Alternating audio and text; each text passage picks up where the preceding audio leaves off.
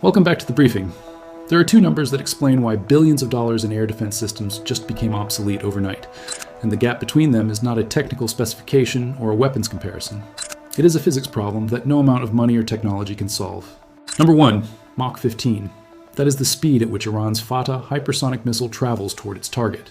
11,000 miles per hour, 4 miles per second. At that velocity, the missile covers the distance from launch to impact faster than the defensive systems designed to stop it can calculate an intercept solution. Number two, 60 seconds. That is how much time air defense systems have from the moment radar detects the launch to the moment of impact. 60 seconds to detect, track, calculate trajectory, launch interceptors, and achieve a successful intercept against a target moving at 4 miles per second while executing unpredictable maneuvers in the atmosphere. Let that sink in for a moment. The reaction time required is shorter than the time it takes most people to read this paragraph, and the target is moving faster than the interceptor missiles can compensate for. Stay with me closely, because this is not about one weapon system or one tactical advantage. This is about the structural collapse of the air defense architecture that has protected American forces, allied nations, and critical infrastructure for the past 30 years. Patriot missile systems cost billions of dollars to develop and deploy. These systems represent decades of engineering and hundreds of millions per battery. Israel's Arrow system, Iron Dome, David's Sling, all of them were designed to solve what engineers call a geometry problem. Calculate where the incoming missile will be at a specific point in time, launch an interceptor to reach that same point and achieve intercept. That calculation works when the target follows a predictable ballistic trajectory. It fails completely when the target is traveling at Mach 15 and executing evasive maneuvers during the terminal phase of flight. The Fattah does not follow a ballistic arc. It does not travel in a predictable path that can be calculated in advance. After the initial rocket motor accelerates it to hypersonic speeds within seconds, the system transitions to a hypersonic glide vehicle configuration. It skips through the upper atmosphere like a stone skipping across water. Too low for space-based sensors to track effectively. Too high to lose the extreme velocities that make it impossible to intercept. And it maneuvers. During flight and during the terminal dive toward the target, the glide vehicle executes evasive patterns using control surfaces that function at extreme speeds and temperatures. When the defensive radar locks onto the missile's position and calculates an intercept trajectory, the missile is no longer there. It has already moved miles away from the predicted location. The intercept geometry collapses. The defensive system fires at empty space while the actual threat continues toward the target unimpeded. And here is the physical problem that makes interception nearly impossible. When a hypersonic missile travels through the atmosphere at Mach 15, friction creates a plasma field around the warhead. That plasma absorbs or scatters radar waves, which means the target either disappears from radar entirely or appears to jump from one location to another without occupying the space in between. The defensive system cannot maintain a continuous track. The radar sees the missile at position A, loses track when the plasma field intensifies, then reacquires at position C with no data about how it moved from A to C or where it will be next. Traditional intercept algorithms require continuous tracking to predict future position.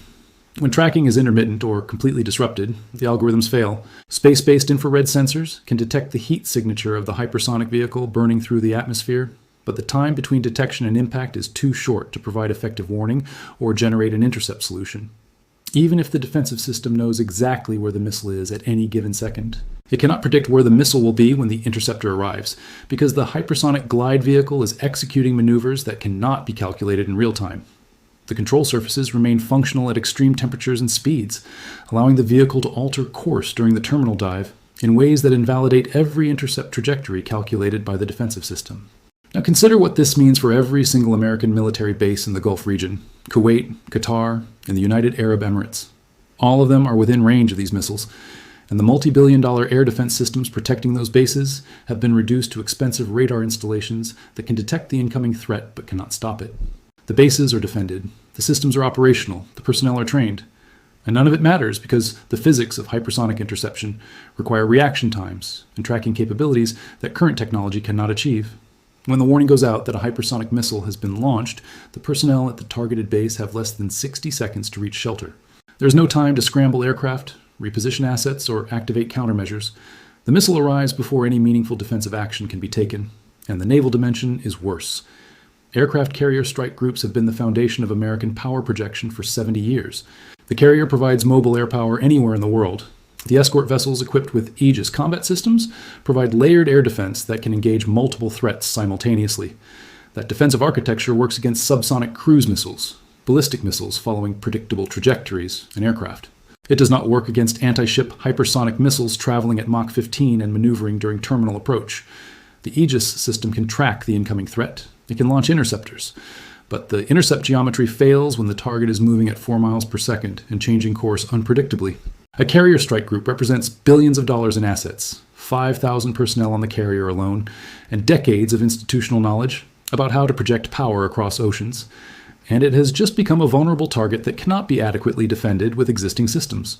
The moment hypersonic anti-ship missiles become operationally widespread, the carrier-centric model of naval warfare faces an existential crisis that no amount of defensive technology can resolve in the time frame that matters. Here is the cost asymmetry that makes this situation strategically catastrophic for Western military doctrine. The defensive systems that are now obsolete cost billions of dollars to develop, deploy, and maintain. The hypersonic weapons that defeated them cost significantly less. That is not a minor economic imbalance. That is a complete inversion of the strategic calculation that has governed military spending for decades. Historically, defense has been expensive but effective. Offense has been cheaper but vulnerable to interception. That equation created stability because the economic cost of overwhelming sophisticated defenses exceeded the strategic value of the targets being protected. Hypersonic weapons invert that equation. Now offense is relatively cheap and defense is prohibitively expensive while providing no guarantee of success. Smaller nations can acquire weapons that neutralize the defensive advantages of larger powers. That shift fundamentally undermines the post-Cold War balance of power that has been based on American military superiority, backed by technological overmatch and overwhelming defensive capabilities. And the proliferation is starting rapidly across the region. Turkey, Egypt, Saudi Arabia are all accelerating their own hypersonic programs or searching desperately for systems they can acquire.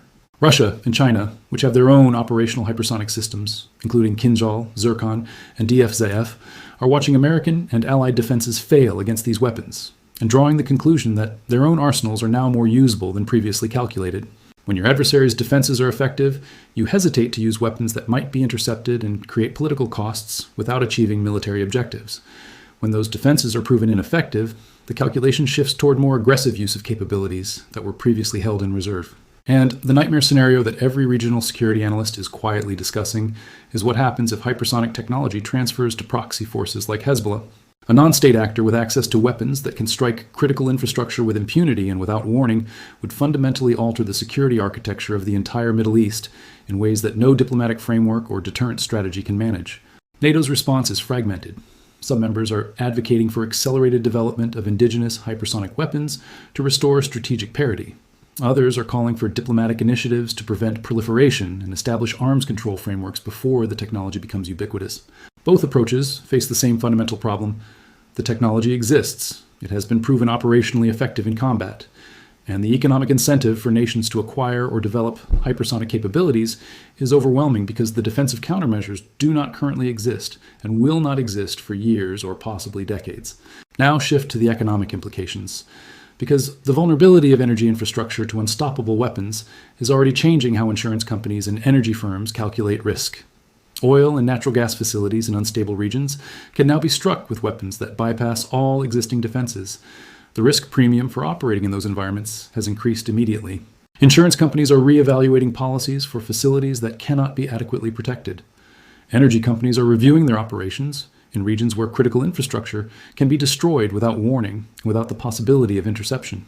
The reassessment is creating market dynamics that could accelerate the shift toward energy independence or renewable sources as nations seek to reduce their vulnerability to infrastructure that exists in geographically exposed locations with inadequate defensive coverage. And the dual-use nature of hypersonic weapons creates verification problems that make arms control nearly impossible. A hypersonic missile can carry a conventional warhead or a nuclear warhead. The delivery system is identical. Existing arms control frameworks rely on the ability to distinguish between conventional and strategic weapons, to verify compliance through inspection and monitoring, and to establish thresholds that create predictability. Hypersonic systems undermine all of those mechanisms. A missile traveling at Mach 15 provides so little decision time that the distinction between conventional and nuclear attack becomes operationally meaningless. When warning time is measured in seconds rather than minutes, the incentive to launch preemptively rather than wait for confirmation increases dramatically. That compression of decision time raises the risk of miscalculation, accidental escalation, and preventive strikes during crisis situations. The theoretical solutions exist, but are not operationally viable within any time frame, that addresses the current threat. Directed energy weapons, high-powered lasers that can maintain focus on a hypersonic target long enough to cause damage, are possible in theory. Railguns that fire projectiles at hypersonic velocities to create kinetic intercepts are being researched. Artificial intelligence systems that can predict maneuvering patterns and calculate intercept solutions faster than human operators are in development. All of these concepts face enormous technical challenges and will require years or decades to achieve operational deployment at scale. In the meantime, the defensive gap exists and is widening as more nations acquire hypersonic capabilities, while the countermeasures remain trapped in research labs and testing facilities. So, here's the full picture. Iran is fielding hypersonic missiles that travel at Mach 15, executing unpredictable maneuvers while surrounded by a plasma field that defeats radar tracking. Air defense systems have 60 seconds or less from detection to impact. Patriot, Fattah, Arrow, Iron Dome, David's Sling, all of them are designed to solve a geometry problem that no longer applies when the target is maneuvering at 4 miles per second. Every American base in Kuwait, Qatar, and the UAE is within range and cannot be effectively defended. Aircraft carrier strike groups, the foundation of power projection for 70 years, are now vulnerable targets against anti-ship hypersonic missiles. The defensive systems that are failing cost billions.